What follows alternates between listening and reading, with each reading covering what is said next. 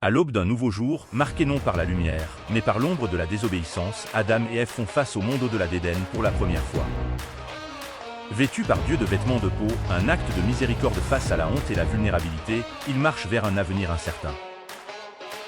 Avec des cœurs lourds, ils laissent derrière eux le jardin des délices, maintenant gardé par des chérubins et une épée flamboyante qui se meut dans toutes les directions. Ceci est une barrière non seulement physique, mais spirituelle, un rappel constant de l'alliance brisée et de la sainteté du lieu qu'ils appelaient autrefois leur foyer. Loin d'Éden, Adam et Ève font face à la réalité de leur nouvelle existence. La terre, maudite par leur transgression, leur résiste avec des épines et des herbes nuisibles. Chaque goutte de sueur, chaque larme versée sur la terre aride, sert de rappel de leur chute. Mais, même dans l'adversité, la promesse de rédemption demeure, un fil d'espoir tissé dans le tissu même de leur être.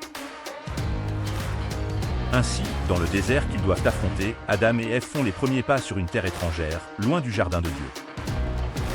La perte d'Éden marque non seulement la fin de l'innocence, mais aussi le début du voyage humain vers la compréhension, la survie et, en fin de compte, la rédemption. Dans leurs veines coule la promesse d'une future victoire sur le mal qui les a autrefois trompés, écho de la miséricorde éternelle de leur Créateur. Loin d'Éden, dans un monde impitoyable, Adam et Ève commencent à tisser la tapisserie de l'existence humaine. La terre, autrefois amie, leur demande maintenant sueur et larmes pour céder ses fruits.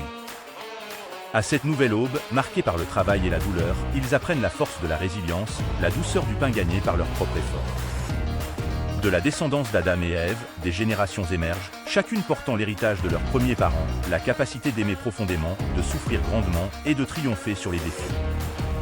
L'humanité, dans son essence, reflète l'image de son Créateur, persistant contre les probabilités, trouvant la beauté dans l'adversité. Au milieu du labeur et des larmes, brille la flamme de l'espoir. Car même dans la plus profonde obscurité, l'humanité n'est pas seule.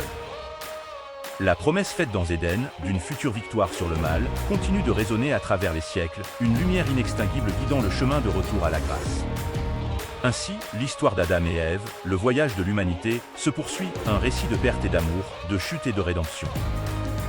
Dans la tapisserie de la vie, chaque fil raconte une histoire, chaque couleur un souvenir de la promesse divine. Hors du paradis, dans les batailles et les bénédictions du quotidien, l'humanité porte en elle la flamme de l'espoir, attendant le jour où chaque larme sera essuyée et le jardin perdu sera enfin restauré.